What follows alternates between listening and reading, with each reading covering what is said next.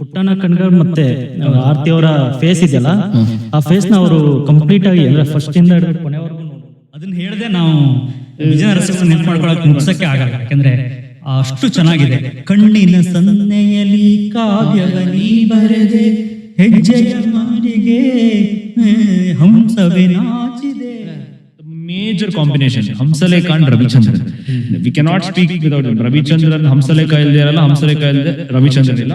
ಅವ್ರಿಬ್ರು ಇಲ್ಲ ಅಂದ್ರೆ ನಮ್ಗಳಿಗೆ ಒಳ್ಳೆ ಹಾಡುಗಳು ಸಿಗ್ತಾ ಇರಲಿಲ್ಲ ಸರ್. ಅದು ಆಕ್ಚುಲಿ ನಂಗೆ ಆರೆಂಜೆ ಬಗ್ಗೆ ತಿಳ್ಕೋತಾ ಇರ್ಬೇಕಾದ್ರೆ it felt really nice, because ಅವರು ಇಂಗ್ಲಿಷ್ ಕಾವ್ಯಗಳನ್ನೆಲ್ಲ ತೆಗೆದು he was inspired by it and making it. Shri Udayashankar ಅವ್ರು ಹಾಗೆ ದಾಸರ ಪದ ವಚನಗಳನ್ನ ಮಾಡ್ತಾ ಇದ್ರು. ಹಾಗೆ ಸಂಸ್ಕೃತದಲ್ಲಿರೋ ಶ್ಲೋಕಗಳನ್ನ, ಅದರಲ್ಲಿರೋ ವೇದ ಉಪನಿಷತ್ಗಳನ್ನ ಕನ್ನಡೀಕರಿಸಿ ಬರಿತಾ ಇದ್ದಂತ ಮತ್ತೊಬ್ಬ ಕವಿ ಬಂದು ವಿಜಯ ನರಸಿಂಹ. ಸೊ ಈ ವಿಜಯ ನರಸಿಂಹ ಅಂದ ತಕ್ಷಣ we can see lots of songs. ಅಂದ್ರೆ ಅವ್ರದ್ದು ಪ್ರಮಾಣ ಉದಯಶಂಕರ್ ಅಥವಾ ಆರೆಂಜ್ ಇಲ್ಲದೆ ಇರ್ಬೋದು, ಬಟ್ ಅವ್ರು ಕೊಟ್ಟಿದ್ದಂತ ಸಾಂಗ್ಗಳು ಆಲ್ಮೋಸ್ಟ್ ಎಲ್ಲ super hit. So Vijaya Narasimha ಅವ್ರದ್ದು ಬಗ್ಗೆ if you want to talk, ಯಾವ್ದಿರುತ್ತೆ? ವಿಜಯ್ ನರಸಿಂಹ ಅಂದ್ರೆ ನಂಗೆ ತುಂಬಾ ನೆನಪಾಗೋದಂದ್ರೆ ಪ್ರೀತಿ ಮತ್ತೆ ವಿಷಾದ, ಅದನ್ನೆರಡನ್ನ ಅದ್ಭುತವಾಗಿ ಬರೀತಿದ್ದಂತ ವ್ಯಕ್ತಿ ಅವರು. ತುಂಬಾ ಕಮ್ಮಿನೇ ಬರ್ದಿರೋದು ಅವ್ರದ್ದು. ಸ್ಟಾರ್ಟಿಂಗ್ ಅಂದ್ರೆ ಅವರು ಹೆಜ್ಜೆಟ್ಟಿದ್ದೆ, ಈ ದೇಹದಿಂದ ದೂರನಾದೆ ಏಕೆ ಆತ್ಮವೇ ಈ ಸಾವು ನ್ಯಾವೇ. ನೋಡಿ ಅದ್ರಲ್ಲಿ ವಿಷಾದ ಇದೆ.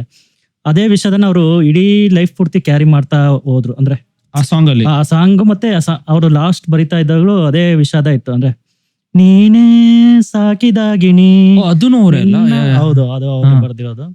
ಆಮೇಲೆ ಇನ್ನ ಎಷ್ಟೊಂದು ಬರ್ದಿದ್ದಾರೆ ಅವರು. ನೀನೇ ಸಾಕಿದ ಗಿಣಿನಲ್ಲಿ ಆ ಸಾಂಗ್ ಎಲಾಬ್ರೇಷನ್ ಹೆಂಗಿದೆ ಅಂದ್ರೆ, ಐ ಮೀನ್ ನೀವು ಅದ್ರಲ್ಲಿ ಅಬ್ಸರ್ವ್ ಮಾಡ್ಬೋದು. ಚಿನ್ನದ ಚೂರಿ ಚಂದಾವರಿ ಅಂತ ಅಂದ್ರೆ ಚಿನ್ನದ ಚೂರಿ ಮಾಡಿ ಹೀರಿತ್ತು ಅಂತ ಎಷ್ಟು ಇದೆ ಅಂದ್ರೆ, ಬೀಸೋ ಗಾಳಿ ಬಿರುಗಾಳಿಯಾದ್ರೆ ಬೆಂಕಿಯ ಮಳೆ ತಂತಳು. ಇಮ್ಯಾಜಿನ್ ನೋಡು, ಬೆಂಕಿ ಮಳೆ.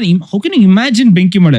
ಅದನ್ನ ನಾವು ಮುಂಗಾರು ಮಳೆ ನೋಡ್ಬೋದು. ಬೆಂಕಿ ಮಳೆಯ ಸುರಿದು ಅಂತ ವರದೇಶ ಬರೀತಾರೆ, ಬಟ್ ಬೆಂಕಿ ಮಳೆ ಅವಾಗಲೇ ಇನ್ವೆಂಟ್ ಮಾಡಿದ್ರು. ಆಮೇಲೆ ವಿಜಯ ನರಸಿಂಹ ನನಗೆ ಗೊತ್ತಿರೋಂಗೆ ಈ ಪುಟ್ಟಣ್ಣ ಕಣ್ಗಳು ಮತ್ತೆ ಆರ್ತಿ ಅವರ ಫೇಸ್ ಇದೆಯಲ್ಲ, ಆ ಫೇಸ್ ನ ಅವರು ಕಂಪ್ಲೀಟ್ ಆಗಿ ಅಂದ್ರೆ ಫಸ್ಟ್ ಇಂದ ಹಿಡಿದು ಕೊನೆವರೆಗೂ ನೋಡುದು. ಹಾಗಾಗಿ ನೀವು ಬೆಸುಗೆ ತಗೊಂಡ್ರೆ ಅದ್ರಲ್ಲಿ ಫೇಸ್ ಹಾಡುಗಳು ಬರ್ತಾವಲ್ಲ, ಅದರಲ್ಲಿ ಐ ಥಿಂಕ್ ಇನಿಷಿಯಲ್ ಫೇಸ್ ಅಲ್ಲಿ ಆ ಸಾಂಗ್ ಇದೆ. ಕೊನೆಗೆ ಬಂದಾಗ ನೀನೇ ಸಾಕಿದ personal word of Puttanna Kanagal. ಇನ್ನೊಂದು ಕಣಗಾಲು ವಿಜಯ ಭಾಸ್ಕರ್ ಮತ್ತು ವಿಜಯ ನರಸಿಂಹ ಅಂತ ಒಂದು ಕಾಂಬಿನೇಷನ್ ಇದೆಯಲ್ಲ, ಮೊದಲು ಅವಾಗ ನೋಡಿದ್ರೆ ಸಂಗೀತ ವಿಜಯ ಭಾಸ್ಕರ್, ಸಾಹಿತ್ಯ ವಿಜಯ ನರಸಿಂಹ. ಅಂದ್ರೆ ಅವರಿಬ್ಬರ ಕಾಂಬಿನೇಷನ್ ಅಲ್ಲಿ ಭಾರತ ಭೂಷಣ ಮಂದಿರ ಸುಂದರಿ, ಭುವನ ಮನೋಹರಿ, ಕನ್ಯಾಕುಮಾರಿ, ಅಂದ್ರೆ ಆ ಹಾಡು ಇಡೀ ಭಾರತವನ್ನ ಎಲ್ಲೆಲ್ಲಿ ಯಾವ್ಯಾವ ದಿಕ್ಕಿದೆ ಅಂತ ಯಾರಿಗಾರು ಪಾಠ ಮಾಡ್ಬೇಕು ಮಕ್ಕಳಿಗೆ ಅಂದ್ರೆ ಅದು ಕರೆಕ್ಟ್. ಅಂದ್ರೆ ಇಡೀ ಒಂದು ದಿಕ್ಕನ್ನ ಆ ಒಂದು ಹಾಡಲ್ಲಿ ತಂದಿದ್ದಾರೆ ಅವರು. ಹಂಗೆ ಒಂದು ಪ್ರೊಫೌಂಡ್ ಹಾಡುಗಳನ್ನೆಲ್ಲ ಪ್ರತಿಯೊಂದು ಪುನಃ ಕಣಗಾಲ್ ಅವರ ಒಂದು ಅಂದ್ರೆ ಅವರ ಏನ್ ಸಿನಿಮಾ ಸಬ್ಜೆಕ್ಟ್ ತಗೋತಿದ್ರು, ಆ ಸಬ್ಜೆಕ್ಟ್ ಅನ್ನ ನಿಮ್ಗೊಂದು ಕನ್ವೆ ಮಾಡ್ಬೇಕಲ್ಲ ಹಾಡಿನ ಮೂಲಕ. ಅದು ನೀವು ಹೇಳ್ದಂಗೆ ಈ ಶತಮಾನದ ಮಾದರಿ ಹೆಣ್ಣು ಅಂತ ಬರೆದ್ರೆ ಅದು ಇಡೀ ಅಂದ್ರೆ ನಿಮ್ಗೆ ಆ ಸಿನಿಮಾದ ಒಂದು ಇದು ಸಿಗತ್ತೆ, ನಿಮ್ಗೊಂದು ಆರ್ಕ್ ಸಿಗತ್ತೆ. ಅಂದ್ರೆ ಅವಳು ಏನೇನಾಗಿದ್ಲು ಅನ್ನೋದು ಒಂದು ನಿಮ್ಗೆ ಸಿಗತ್ತೆ. ಹಂಗಿರೋದು.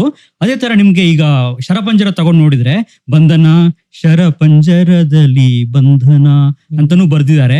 14 ವರ್ಷ ವನವಾಸದಿಂದ ಮರಳಿ ಬಂದಳು ಸೀತೆ, ಮರಳಿ ಬಂದಳು. ಯಾಕಂದ್ರೆ ಈಕೆ ಕಲ್ಪನಾ ತನ್ನ ರಿಕವರಿ ಸ್ಟೇಜ್ ಇಂದ ಮುಗಿಸಿ ರಿಹ್ಯಾಬಿಲೇಷನ್ ಸೆಂಟರ್ ಮುಗಿಸ್ಕೊಂಡು ಬಂದಿರ್ತಾರೆ, ಬಟ್ ಗಂಡ ಸ್ವೀಕರಿಸಿರಲ್ಲ. ಕರೆಕ್ಟ್. ಸೇಮ್ ರೆಫರೆನ್ಸ್ ಆಫ್ ರಾಮಾಯಣದಲ್ಲಿ ಹೆಂಗೆ ಸೀತೆ ಮುಗಿಸ್ಕೊಂಡ್, ಐ ಮೀನ್ ತನ್ನ ರಾವಣದಿಂದ ಕಿಡ್ನಾಪ್ ಆಗಿ ಬಂದಿದ್ದಾಗ ವಾಪಸ್ ಹೋದಾಗ ಹೆಂಗ್ ಸ್ವೀಕರಿಸಿರೋ ಅದು ಸೇಮ್ ಸ್ಟ್ರಾಟಜಿ ಎಲ್ಲ ಕಟ್. ಬಿಕಾಸ್ ವಿಜಯ ನರಸಿಂಹ ಅವರು ವೇದಗಳು ಅಥವಾ ಇದ್ರಲ್ಲಿ ಅಷ್ಟೇ ಪಾರಂಗತರಾಗಿದ್ದರಿಂದ he was able to do it. And ಎಷ್ಟು ಡಿವೋಷನಲ್ ಸಾಂಗ್ಸ್ ಬರೆದಿದ್ದಾರೆ ಸರ್.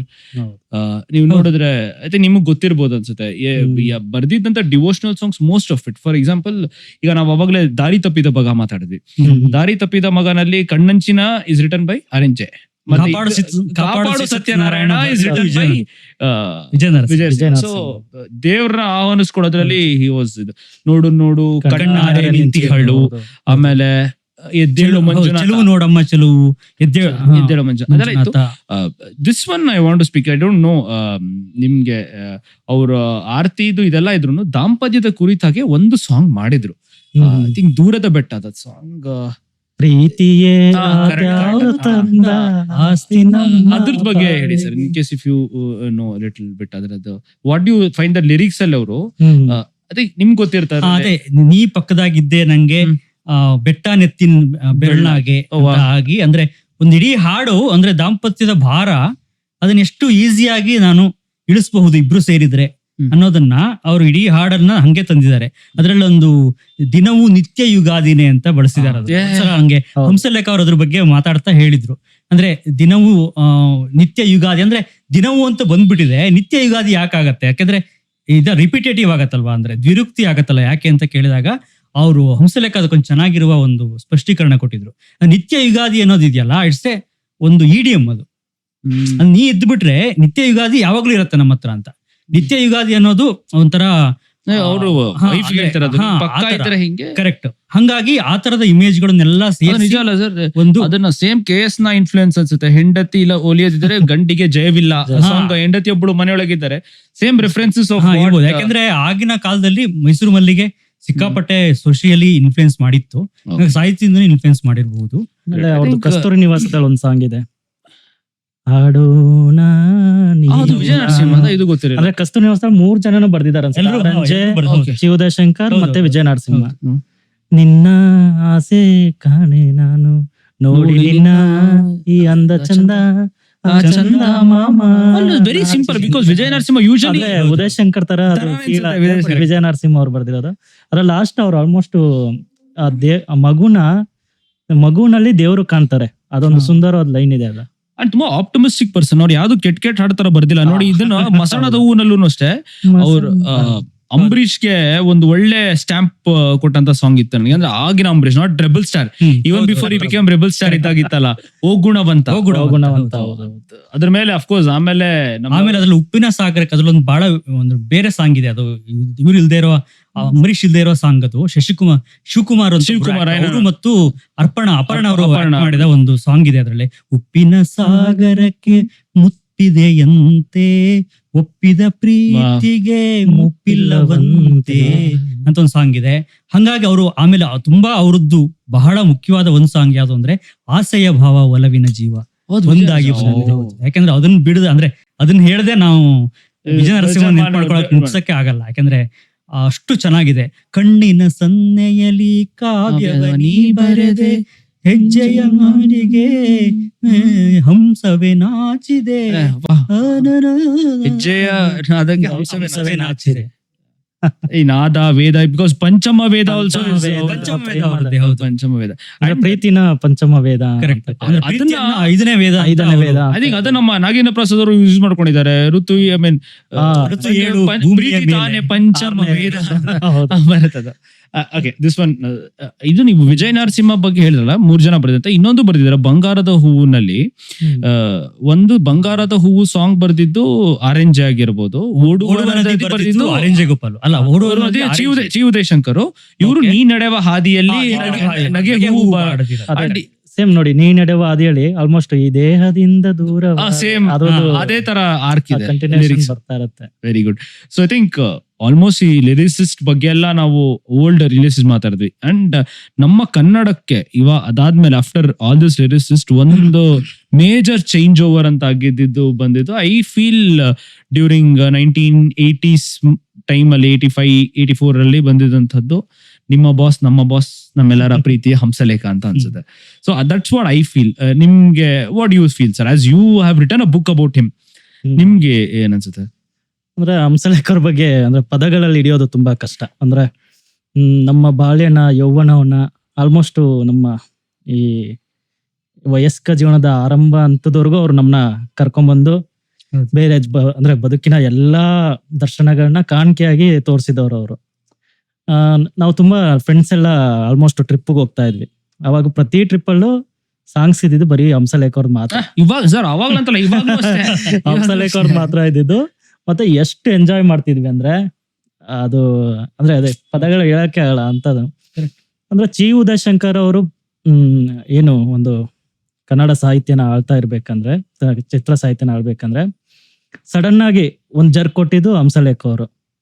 ಅಂದ್ರೆ ಅಲ್ಲಿವರೆಗೂ ಯಾರು ಕೇಳಿಸ್ಕೊಂಡೇ ಇರ್ಲಿಲ್ಲ ಅಂತ ಸೌಂಡ್, ಅಂದ್ರೆ ಅಂತ ಶಬ್ದಗಳನ್ನ, ಅಂತ ಸೌಂಡ್ ಕೇಳಿಸಿರಲಿಲ್ಲ. ಈ ನಿಂಬೆ ಹಣ್ಣಿನಂತ ಹುಡುಗಿ ಬಂದ್ಲು ನೋಡು.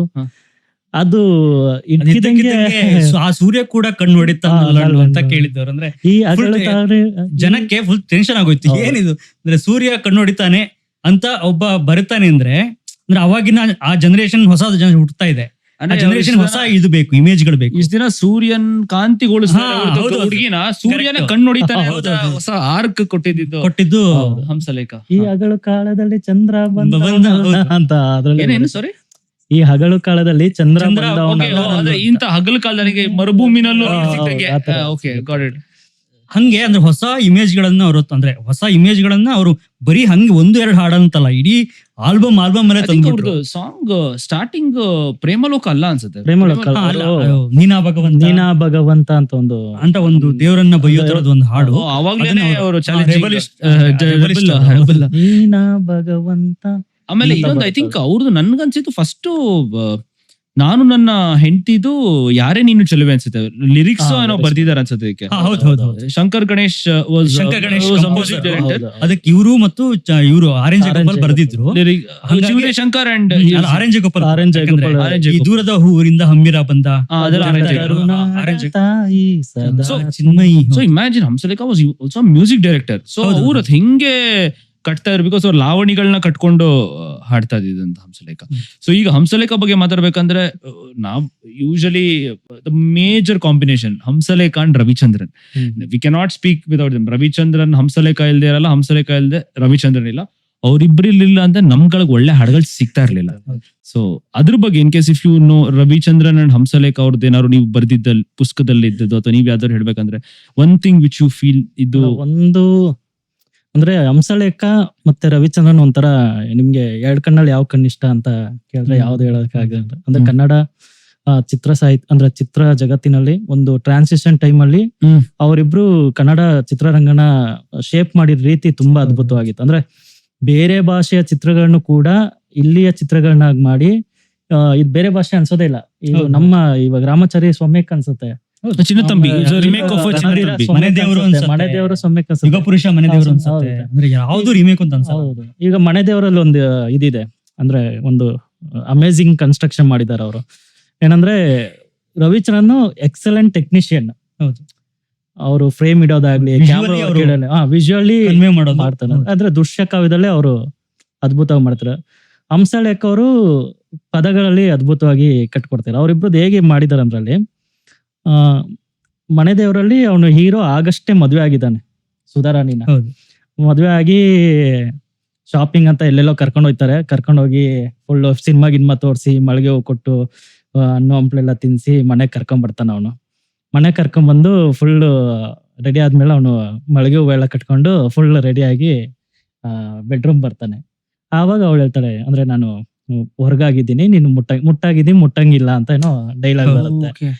ಅವಾಗ ಅವನು ಫುಲ್ಲು ಫ್ರಸ್ಟ್ರೇಟ್ ಆಗಿ ಏನೋ ಒಂಥರ ತೋರಿಸ್ತಾನೆ. ಸುಧಾರಾಣಿ ಎಕ್ಕ ಚಕ್ಕ ಬೈದ್ ಬಿಡ್ತಾಳೆ, ನೀನ್ ಬೆಳಗಿಂದ ನನ್ನ ಸುತ್ತಾಡ್ಸಿದ್ ಇದಕ್ಕೇನಾ ಹಂಗೆ ಹಂಗೆ ಅಂತ ಬೈದಿ ಇದ್ ಮಾಡಿ ರಂಪ ಮಾಡಿ ಕಳ್ಸ್ಬಿಡ್ತಾಳೆ. ಅವನು ಹೋಗ್ಬಿಡ್ತಾನೆ. ಇಲ್ಲಿವರೆಗೂ ಸೀನ್ ಇದೆ. ಆ ಸೀನ್ ಆಗಿದ ತಕ್ಷಣ ಮ್ಯೂಸಿಕ್ ಸ್ಟಾರ್ಟ್ ಆಗುತ್ತೆ. ಮ್ಯೂಸಿಕ್ ಸ್ಟಾರ್ಟ್ ಆದಾಗ ಅವಳು ಬೆಡ್ರೂಮ್ ಇಂದ ಈಚೆ ಬಂದ್ರೆ ಇವನು ಅಡಿಗೆ ಮನೆಯಲ್ಲಿ ದೋಸೆ ಆಡ್ತಾನೆ. ಅವಳು ಸಡನ್ ಆಗಿ ಅವಳಿಗೆ ನನ್ ಗಂಡ ಇಷ್ಟೇ ಎಂತ ಒಳ್ಳೆಯವನು ಅನ್ಬಿಟ್ಟು ಬೆಳಗ್ಗೆ ಸ್ನಾನ ಮಾಡ್ಕೊಂಡ್ ಬಂದ್ರೆ 3 ದಿವಸ ಕಳೆದು ಸ್ನಾನ ಮಾಡ್ಕೊಂಡ್ ಬಂದ್ರೆ ಇವನು ದೋಸೆ ಹಾಕ್ತಿದ್ದಾನೆ. ಅಂದ್ರೆ ಒಂದು ಅಂದ್ರೆ ಐಡಿಯಲ್ ಹಸ್ಬೆಂಡ್ ಅನ್ನುವುದನ್ನ ಸೃಷ್ಟಿ ಮಾಡ್ಬೇಕಲ್ಲ. ಅವಾಗ ಅದು ಆದ ಕೂಡ್ಲೆ ಅಂದ್ರೆ ಅವ್ರು ದೋಸೆ ಹಾಕ್ತಾ ಮಾಡಕ ಶುರು ಆಗತ್ತೆ. ನಾನೇ ನಿನ್ನ ಚಿನ್ನ ತುಂಬಾ ತುಂಬಾ ಪ್ರೀತಿ ಮಾಡೋದು ಅಡುಗೆ ಮಾಡಿ ಅಲ್ಲ ಹೌದು ಹೌದು ಚಿನ್ನ ಅಂದ್ರೆ ಅಡಿಗೆ ಮಾಡಿ ಬಡಿಸೋದಲ್ಲ ಎಲ್ಲೂ ಇಲ್ಲ ಅಂತ ಅವಳು ಹೇಳ್ತಾಳೆ. ಅಂದ್ರೆ ಈ ತರ ಅಡಿಗೆ ಮಾಡಿ ತಿನ್ಸೋ ಗಂಡ ಜಗತ್ತಲ್ಲಿ ಎಲ್ಲೂ ಇಲ್ಲ, ನೀನೇ ನನ್ಗಿಂತ ತುಂಬಾ ಪ್ರೀತಿ ಮಾಡೋದಂತ ಅವಳು ಹೇಳ್ತಾಳೆ. ಇಲ್ಲ ನೀನು ನನ್ಗಿಂತ ತುಂಬಾ ಪ್ರೀತಿ ಮಾಡ್ತೀಯ. ಹೌದು ಹೌದು ಚಿನ್ನ, ಹೌದೇ ಚಿನ್ನ, ನಾನೇ ನಿನ್ನ ಪ್ರೀತಿ ಮಾಡೋದು. ಅದೊಂದು ಸೀತೆ, ಹೌದು ತಾಯಿ ಸೀತಾಮಾಯಿ ಅಂತ ಹೇಳ್ತಾರೆ. But this is okay sir. ಇದು ಈ ಮುಟ್ತಿರೋದು ಅದೇ ಹಂಸಲೇಖ ಅಂಡ್ ರವಿಚಂದ್ರನ್ ಕಾಂಬಿನೇಷನ್ ಅಲ್ಲಿ ಐ ಥಿಂಕ್ ಗಡಿಬಿಡಿ ಗಂಡಲ್ಲಿ ಸಾಂಗ್ ಬರುತ್ತೆ, ಮುಟ್ಟದೇನೆ ಮುದ್ದಾಡಲೆ. I think this is by same ನನ್ನವಳು. ಅವ್ರು ಆಕ್ಚುಲಿ ಆ ಹಾಡನ್ನ ಬರೆದು ಅದನ್ನ ಅವ್ರು ಆಕ್ಚುಲಿ ಇದ್ ಮಾಡಿದ್ರಂತ ಅದೊಂದ್ಸಲ ಹಂಸಲೇಖ ಕಥೆ ಹೇಳ್ತಾ ಇದ್ರು. ಅವರು ಇವ್ರು ಹೆಂಗೆ ಹೇಳಿದ್ರಂತೆ ಅಂತಂದ್ರೆ ರವಿಚಂದ್ರನ್ ಅವರು ಇದರಲ್ಲಿ ಮುಟ್ಬಾರ್ದು ಕಣೋ, ಹಂಗ್ ಬೇಕು. ಅದು ಗೌರೀಶ್ ಅವ್ರ ಗೌರಿಶಂಕರ್ ಅವರು ಕ್ಯಾಮ್ರಾ ಗೌರೀಶ್ ಹೇಳಿದ್ರು ಅಲ್ಲ, ಆಕ್ಚುಲಿ ಆ ಇದರಲ್ಲಿ ಹೇಳಿದ್ರೆ ಹಂಗೆ.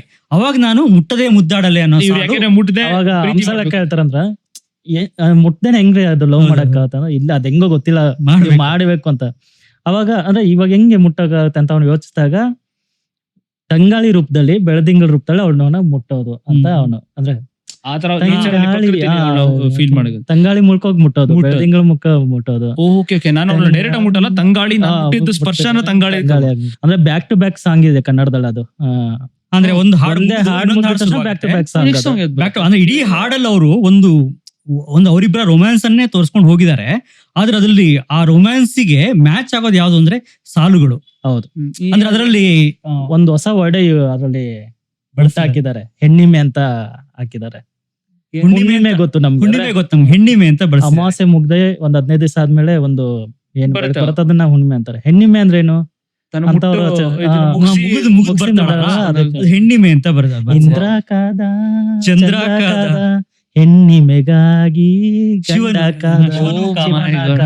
ಅಂದ್ರೆ ದೇವ್ರ ಸಹಿತ ಕಾಯ್ತಾನೆ ಹೆಣ್ಣಿಗೆ ಅಂತ. ಸೊ ಇಮ್ಯಾಜಿನ್ ಅಷ್ಟು ಅವ್ರು ನೀನಾ ಭಗವಂತ ಚಾಲೆಂಜ್ ಮಾಡಿದ್ರೆ ಅಂದ್ರೆ ಅಲ್ಲಿವರೆಗೆ ಒಂದು ಟ್ಯಾಬು ಆಗಿತ್ತಲ್ವಾ, ಅಂದ್ರೆ ಒಂದು ಮುಟ್ಟು ಅನ್ನೋ ವಿಷಯ ತುಂಬಾ ಟ್ಯಾಬು ಆಗಿತ್ತು ಸೊಸೈಟಿಯಲ್ಲಿ. ಬಟ್ ಅದನ್ನೊಂದು ದಾಂಪತ್ಯಕ್ಕೆ ತಗೊಂಡು ಹೋಗಿ ಅಂದ್ರೆ ಅದು ಅದು ಕೊಟ್ಟಾರೆ. ಚಂದ್ರ ನಡುವೆ ಗಡುವು ಇಟ್ಟ ಅಂತ, ಬ್ರಹ್ಮ ನಡುವೆ ಗಡುವು ಇಟ್ಟ ಅಂತ ಬರೀತಾರೆ. ಅಂದ್ರೆ ಅವ್ರು ನಮ್ಮಿಬ್ರು ಮಧ್ಯದಲ್ಲಿ ಇದೊಂದು ಗಡುವು ಇಟ್ಬಿಟ್ಟಿದ್ದಾನೆ ಅಂತ.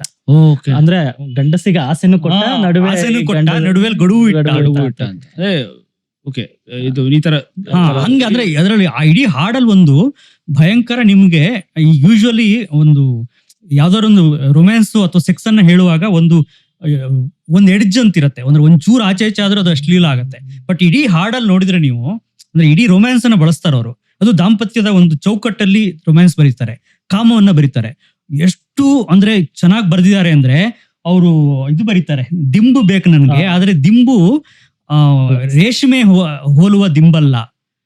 ಅಂದ್ರೆ ನಮ್ಮ ಹೆಣ್ಣಿನ ದೇಹ ಒಂದ್ ದಿಂಬ ಆಗತ್ತಲ್ಲ ಗಂಡಿಗೆ, ಅದನ್ನ ಬರೀತಾರ ಅವರು. ಸೀರೆ ಮತ್ತೆ ಇದನ್ನ ಸೇರ್ತಾರೆ, ಸೀರೆ ನೆರಿಗೆ ಬೇಕಮ್ಮ ಅತಿಯದಲ್ಲ, ಅದೇ ಸಾಂಗ್ ಅಲ್ಲಿ ಮನೆ ದೇವ್ರದ್ದು ಕಂಪ್ಲೀಟ್ ಇಡೀ ಪ್ಯಾಕೇಜ್ ಅದು. ಅಂದ್ರೆ ಇಡೀ ಸಿನಿಮಾ ನಿಮ್ಗೆ ಹಂಸಲೇಖವನ್ನ ಬೇರೆ ಇಡೀ ಸಿನಿಮಾ ಒಂದ್ ಕಡೆ ಇಟ್ರೆ ಮನೆ ದೇವ್ರನ್ನ ಒಂದ್ ಕಡೆ ಇಡ್ಬೇಕಾಗತ್ತೆ. ಯಾಕಂದ್ರೆ ಮನೆ ದೇವ್ರು ಅಂದ್ರೆ ಎಕ್ಸ್ಟ್ರೀಮ್ಲಿ ಅದ್ರಲ್ಲಿ ಆಮೇಲೆ ಆ ಸಾಲಲ್ಲೇ ಮುಂದ್ ಬರ್ತಾ ಹೋಗತ್ತಲ್ವಾ. ಅದು ಮುಂದೆ ಹೆಂಗೆ ಅಂತಂದ್ರೆ ಕಿನ್ನರಿ ಅಂತೆಲ್ಲ ಬರುತ್ತೆ, ಬಂದು ಅದ್ರಲ್ಲಿ ಒಂದು ಬರುತ್ತೆ ಏನು ಅಂದ್ರೆ ಹುಟ್ಟುಡುಗೆ ಹೆಂಡತಿಯ ಗಂಡನು ದೇವತೆ ಎನ್ನುವುದು ವಾಡಿಕೆ ಅಂತ.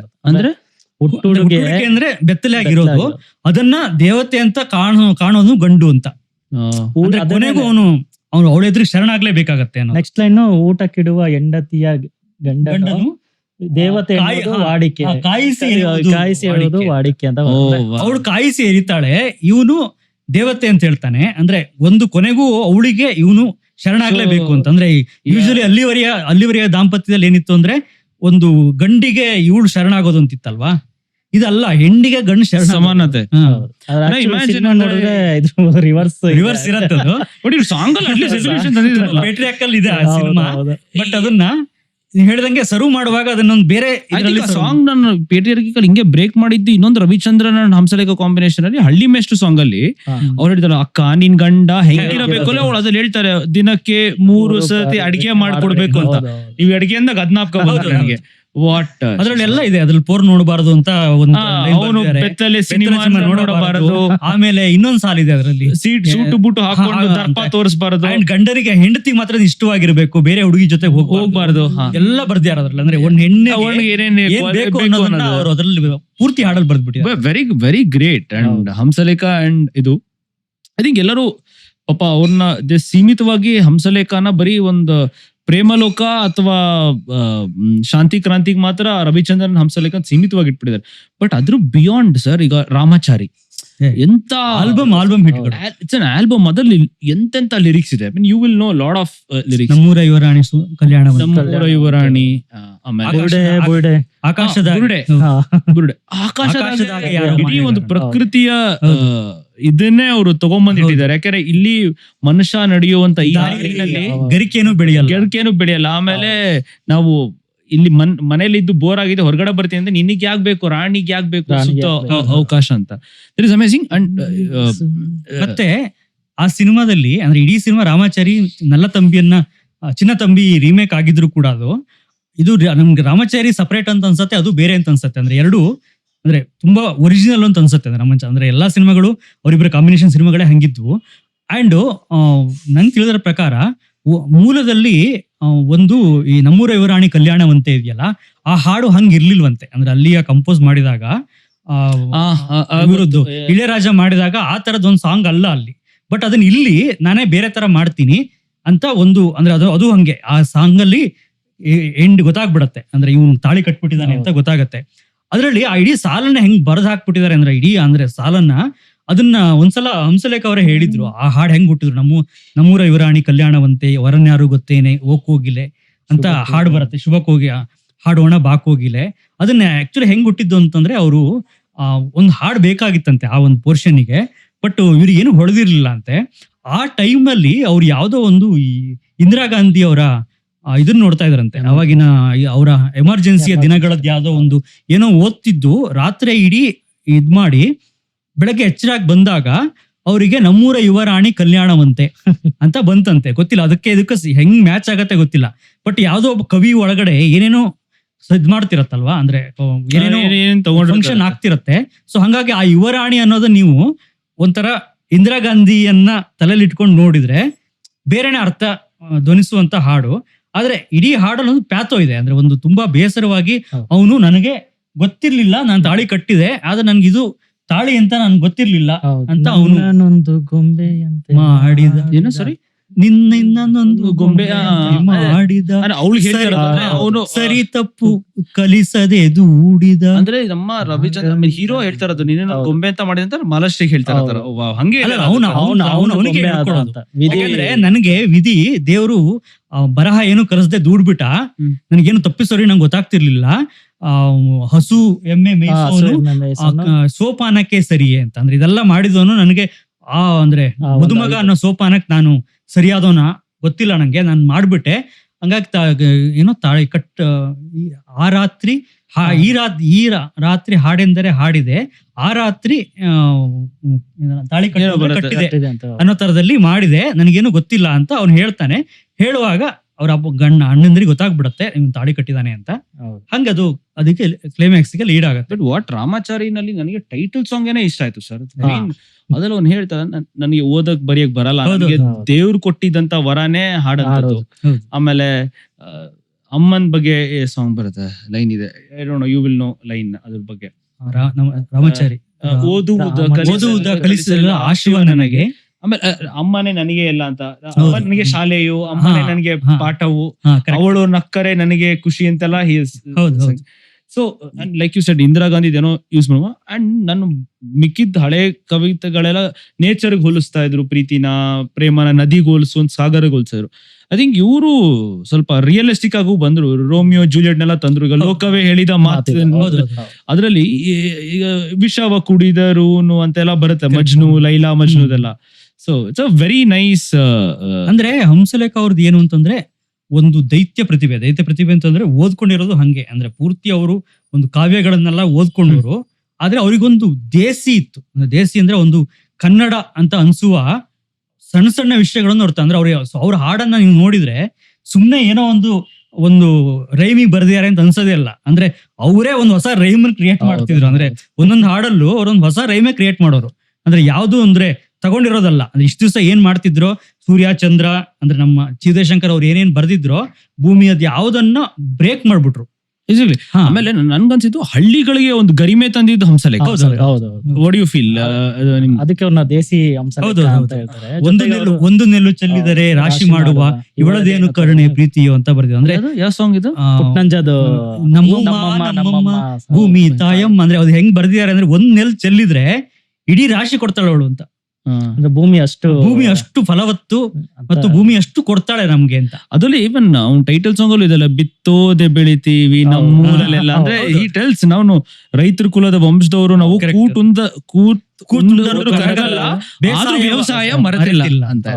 So that is one amazing thing. I think ನಿಮ್ಗೆ ಹಂಸಲೇಖ ಅಂಡ್ ರವಿಚಂದ್ರ ಕಾಂಬಿನೇಷನ್ ಯಾವ್ದು which is your favourite are your favourite? ನೀವು ಯೋಚನೆ ಮಾಡ್ತಾರೆ, ನಾನು ಅಲ್ಲಿ ತನಕ ಇವ್ರಿಗೆ ಹೋಗಿರ್ತೀನಿ, ನಿಮ್ಗೆ ಗೊತ್ತಿರ್ because this is one great legend that we cannot let go.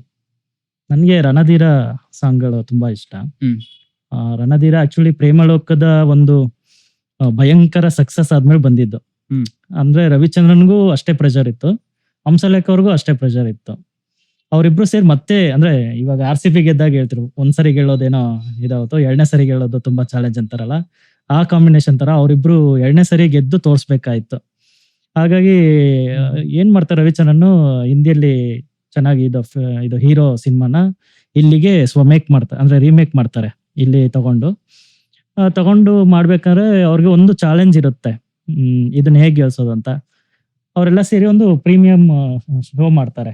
Premium show ಮಾಡಿದ್ರೆ ಇವರಿಬ್ರು ತುಂಬಾ ಭಯಂಕರ ಕಾನ್ಫಿಡೆನ್ಸ್ ಗೆದ್ದಿದೀವಿ ಅಂತ. ಬಟ್ ಆ ಸಿನಿಮಾ ನೋಡಿ ವೀರಸ್ವಾಮಿ ಎದ್ದು ಬೈದ್ ಬಿಡ್ತಾರಂತೆ, ಇದೇನ್ ಸಿನಿಮಾ ಮಾಡಿದ್ಯಾ, ಇದ್ರ ತರ ಸೇಮ್ ಪ್ರೇಮಲೋಕ ಡಿಫರೆನ್ಸ್ ಏನಿದೆ ಅಂತ. ಅದ್ರಲ್ಲೂ ಲವ್ ಇರುತ್ತೆ, ಇದ್ರಲ್ಲೂ ಲವ್ ಇರುತ್ತೆ, ಅದ್ರಲ್ಲೂ ಮಕ್ಳಿದ್ದಾರೆ, ಇದ್ರಲ್ಲೂ ಮಕ್ಳಿದ್ದಾರೆ, ಇನ್ನೇನ್ ಮಾಡಿದ್ಯಾ ನೀನು, ಇದು ಓಡೋದೇ ಇಲ್ಲ ಬಿಡು ಅಂದ್ಬಿಟ್ಟು ಬೈದು ಹೋಗ್ಬಿಡ್ತಾರೆ.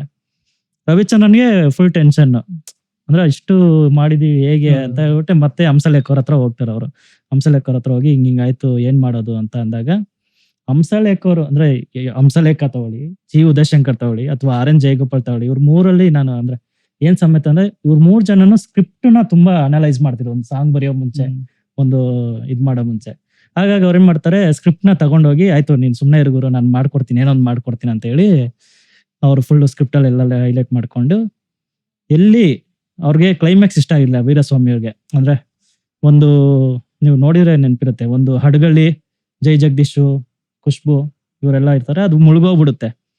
ಅದನ್ನ ಹೆಂಗೆ ಕನ್ವಿನ್ಸ್ ಮಾಡೋದು ಅಂತ ಹೇಳೋಕೆ ಇದ್ ಮಾಡಿದಾಗ ಹಂಸಲೇಖರ್ ಒಂದು ಟ್ವಿಸ್ಟ್ ಕೊಡ್ತಾರೆ, ಅದ್ರಲ್ಲಿ ಸಾಂಗ್ ಮೂಲಕ ಅದನ್ನ ಹೇಳ್ಬಿಡ್ತಾರೆ. ನೀವು ಸಾಂಗ್ ಮೂಲಕ ಹೇಳಿದ್ರೆ ಏನ್ ಬೇಕಾದ್ರೆ ನಂಬ್ತಾರೆ, ಅವಾಗ್ಲೇ ಹೇಳ್ಬೇಡ, ಒಂದು ಹಾಡಿನ ಮೂಲಕ ಒಬ್ಬ ಶ್ರೀಮಂತ ಅದಂದ್ರೆ ಎಷ್ಟು ಈಸಿ ಕನ್ವೆ ಆಗುತ್ತೆ. ಅದ್ರಲ್ಲಿ ಅಂದ್ರೆ ಆ ಹಡಗು ಅಲ್ಲಿಗೆ ಮುಗ್ದೋಯ್ತು, ಅವರಿಬ್ರು ಆರಾಮಾಗಿ ಶುಭಂ ಅನ್ನೋ ಒಂದ್ ಲೈನ್ ಬಳಸ್ತಾರೆ. ಹಾಗಾಗಿ ಅದು ಫುಲ್ ಕನ್ವಿನ್ಸ್ ಆಗೋಯ್ತಂತೆ ಸೆಕೆಂಡ್ ಟೈಮ್ ಪ್ರೀಮಿಯರ್ ಮಾಡಿದಾಗ. ಅವಾಗ ಇದು ಪಕ್ಕ ಹಿಟ್ ಆಗುತ್ತೆ ಅಂತ ನೋಡ್ರೆ ಅದು ಪಕ್ಕ ಹಿಟ್ ಆಯ್ತು. ಅಂದ್ರೆ ಒಬ್ಬ ಆ ಸಾಂಗ್ ಅಲ್ಲ, ಅದು ಬಿಟ್ಸ್ ಅಂಡ್ ಪೀಸಸ್ ಬರುತ್ತೆ ಮಾಂಟೇಜ್ ತರ.